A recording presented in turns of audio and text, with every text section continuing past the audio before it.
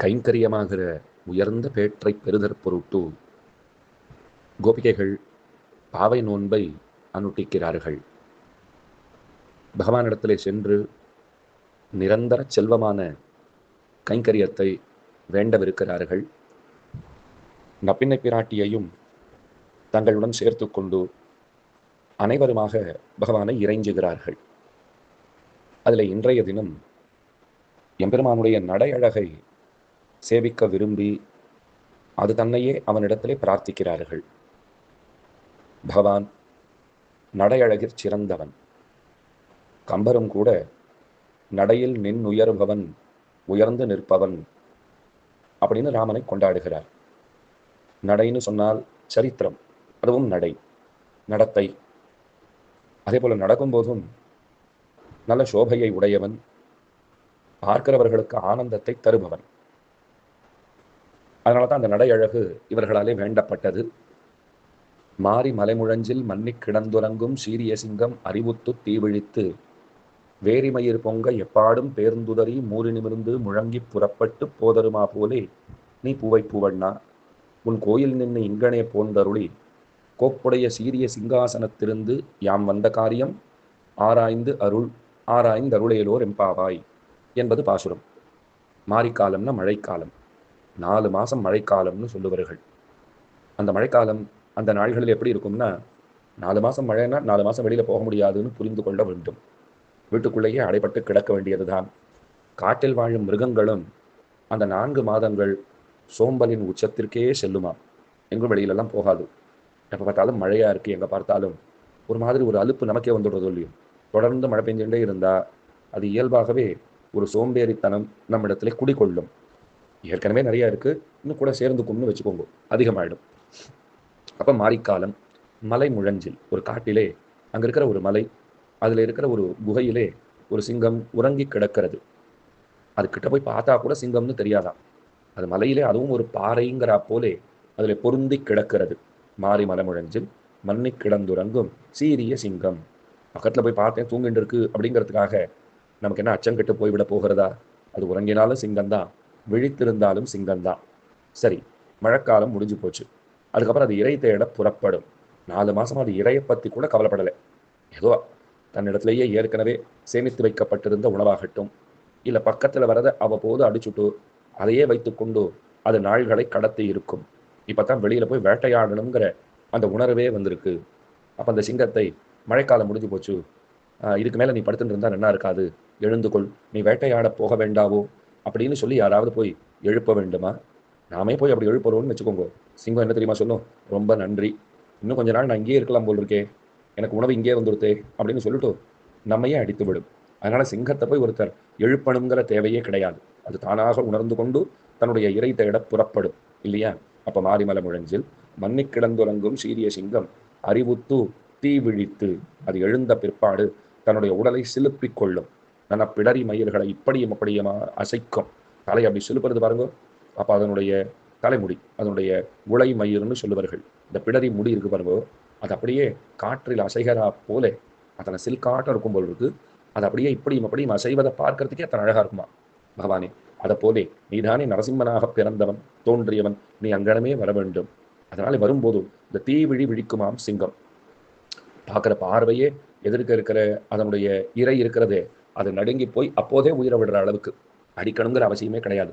பார்த்தாலே போதும். சீரிய சிங்கம் அறிவுத்து தீவிழித்து சோம்பலை விடுத்து அது எழுந்து வருவதைப் போதே வேதாந்த தேசிகன் ஆச்சரியமா சாதிக்கிறார். எம்பெருமானாருடைய இறுதி காலம், ரொம்ப முடியல, வயதாகிவிட்டது, 120 திருநக்ஷத்திரம் கிட்டத்தட்ட. அந்த சந்தர்ப்பத்திலும் கூட அவர் காவிரியிலே இறங்கி சந்தியாவந்தனமாகிற அனுஷ்டானத்தை பிறர் துணை கொண்டு, பக்கத்தில் இருக்கிற சிஷியர்களை பிடித்து கொண்டு அத்தனை முடியாத காலத்திலும் கூட அவர் சந்தியாவந்தனாதிகளை விடாமற் பண்ணினார். என்ன அனுஷ்டானத்திலே எம்பெருமானாருக்கு இருக்கிற அந்த ஆர்வத்தை, அந்த ஈடுபாட்டை அவர் தெரிவிக்கிறார். சோம்பலின்றி செய்தார். அதை சொல்றதுக்கு வந்த விஷயம் இது. அது போலத்தான் சிம்மமும் சோம்பலின்றி புறப்பட வேண்டும். யதி சிம்மம் எங்கனம் சோம்பலின்றி சந்தியாவந்தனங்களை செய்தாரோ அதே போல சிம்மமே நீயும் புறப்பட வேண்டும். அறிவுத்து தீவிழித்து வேரிமயிறு பொங்க எப்பாடும் பேருந்துதறி மூரினுமிருந்து முழங்கி புறப்பட்டு போதருமா போலே. அது 4 பக்கமும் பார்த்துட்டு ஒரு கர்ஜனை ஒண்ண பண்ணுமா பாருங்கோ. தன்னுடைய வரவை காட்டில் இருக்கிற மற்றைய பிராணிகளுக்கெல்லாம் அப்போதே சொல்லிவிடும். உங்களெல்லாம் அலர்ட் பண்ணிட்டே வந்து அடிக்கிறேங்கிறது. என்ன அழகான ஒரு விஷயம் பாருங்க. ஏதோ தெரியாத்தனமா மறைஞ்சிருந்து அடிக்கிறது இதெல்லாம் நமக்கு சரிப்பட்டு வராது. நான் வரேன்னு உங்களுக்கு சொல்லிட்டு வந்து உங்களை அடிப்பேன் அப்படிங்கிற போலே புறப்பட்ட சிங்கம் எப்படி போறதோ போதருமா போலே அதே போல நீ பூவை பூவண்ணா காயாம்பூ மலர்பிறங்கள் அன்னமால் அப்படின்னு பகவானை சொல்லுவார்கள்.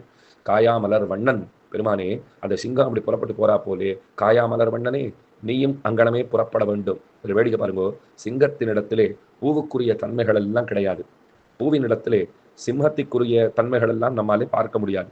ஆனா பகவான் அவன் விலட்சணன், அவன் ரொம்ப ஆச்சரியமானவன். எப்படி அப்படின்னால் அவனிடத்திலே சிம்மத்துக்குரிய அம்சங்கள் எல்லாமும் உண்டு, பூவினுடைய தன்மைகளும் உண்டு. அதைத்தான் நீ பூவை பூவண்ணா உன் கோயில் நின்று இங்கனே போந்தருளி நீ பள்ளி அறையிலே கிடக்கிறாய், படுக்கையிலே விழுந்து கிடக்கிறாய், அங்கிருந்து எழுந்து கொள்ள வேண்டும். கோயில் நின்னும் இங்கனே போந்தருளி கோப்புடைய சீரிய சிங்காசனத்திலிருந்து யாம் வந்த காரியம் ஆராய்ந்து அருள்.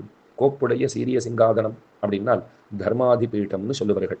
திருவல்லிக்கேணியில் பார்த்தசாரதியம் பெருமானுடைய உற்சவத்துக்கு வந்தீர்களானால் பிரம்மோற்சவத்திலே அந்த தர்மாதிபீட்டத்தை சேவித்துக் கொள்ளலாம். தர்மாசனம், அந்த ஆசனத்தில் அமர்ந்து கொண்டு ஒருவன் ஒரு வார்த்தை சொல்லுகிறான்னு சொன்னால் அதை அவன் நிறைவேற்றியே ஆக வேண்டும். அது நிறைவேற்றப்படும், நிறைவேற்றித்தான் தீர வேண்டும், அது நிறைவேறவே செய்யும். இப்படி வச்சுக்கோங்க. உட்கார்ந்தவர் ஒரு வார்த்தை சொல்லிட்டார், அதுக்கப்புறம் கூட அவருக்கு நிறைவேற்றணும்னு ஆசை இல்லைன்னெல்லாம் விட முடியாது, அது நிறைவேறவே செய்யும். அப்படிப்பட்ட ஒரு ஆசனம் அதுதான் கோப்புடைய சீரிய சிங்காதனம், வகுத்த ஆசனம். அந்த ஆசனத்திலே அமர்ந்து கொண்டு யாம் வந்த காரியம் ஆராய்ந்தருள். நீ எங்களுக்கு சொல்ற வார்த்தைகள் படுக்கையறை வார்த்தைகளாக ஆகிவிடக்கூடாது. படுக்கை அறையில் பேசுகிற வார்த்தையெல்லாம் கணவன் மனைவி ஏகாந்தமாக அமர்ந்திருக்கிறார்கள், மனைவி கேட்கறதுக்கெல்லாம் அந்த பள்ளி அறையிலே கணவன் அப்படின்னு சரின்னு சொல்றா போல தலையசைச்சிருக்கார், கொள்றார், இல்லை வாயை திறந்து சரின்னே சொல்றாருன்னு வச்சுக்கோங்களேன். அடுத்த நாள் இதெல்லாம் நேற்று இப்படி சொன்னீரேன்னா, அதெல்லாம் நான் அப்படி சொன்னேன், எனக்கு ஒன்றும் நினைவே இல்லையே, நீ என்னமோ கனவு கண்டிருப்ப போல் இருக்கு. இப்போ யாரை சாட்சிக்கு கூட்டிட்டு வருது? ஏன்னா ஏகாந்தமாக இருக்கும்போது பேசிய பேச்சு, ஒருத்தர் சாட்சிக்கு அழைச்சின்னு வரதும் முடியாது. அப்படின்னா அந்த படுக்கை அறையிலே பேசினால் அப்புறம் நான் பேசலை, அப்படி ஒரு விவாதமே நடக்கலை, உரையாடலே நடக்கலை, நீ தான் தப்பா புரிஞ்சுட்டு இருக்க, என்ன பண்ணுன்னா சொல்லிடலாம் மொழி.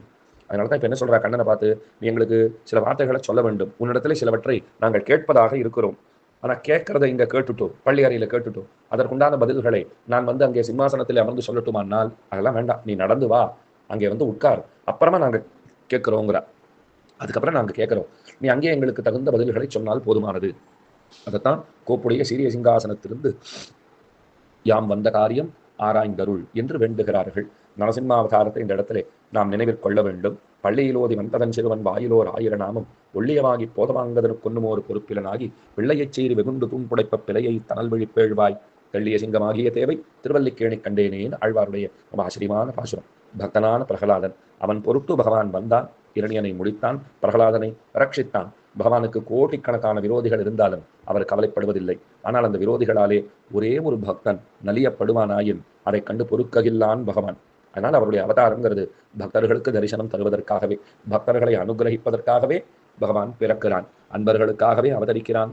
இதை நினைவிலே கொள்ள வேண்டும். அடுத்தது நடை அழகு. சிருஷ்டஸ்துவம் வனவாசாய ஸ்வனுரக்த சுஹருஜனே ராமே பிரமாதம்மா கார்ஷீஹி புத்திர பிராதரி கச்சதி. சுமித்ரா தேவி லக்ஷ்மணனுக்கு சொல்லுகிறாள், நீ ராமனோடு கூட வனவாசம் செல்வதற்காகவே பிறந்தவன், நன்கு செல்வாயாக.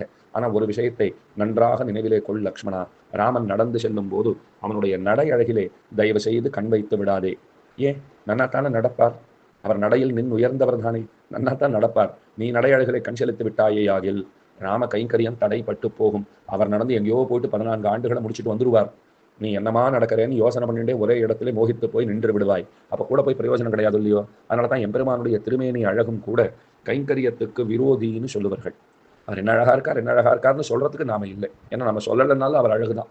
அப்போ நம்ம என்ன பண்ணணும்? கைங்கரியம் பண்ணணும். கைங்கரியம் பண்ணால்தான் நாம இருப்பவர்களாகவே கருதப்படுவோம். அதனாலே அவனுடைய அழகிலே கண் வைத்தோம்னு சொன்னால் அது கைங்கரியத்தை தடை செய்யும், கைங்கரியத்துக்கு அது தடையாகுங்கிற ஒரு பேருண்மை, அதையும் நாம் நினைவிலே கொள்ள வேண்டும். சதுர்கதிஹீன சகசிரநாமமே கொண்டாடுறதொல்லையும். இன்னைக்கும் திருவரங்கத்திற்கு போனோம்னால் ஸ்ரீரங்கநாதன் நடை அழகை காட்டி நம் அனைவரையும் மகிழ்விக்கிறான்.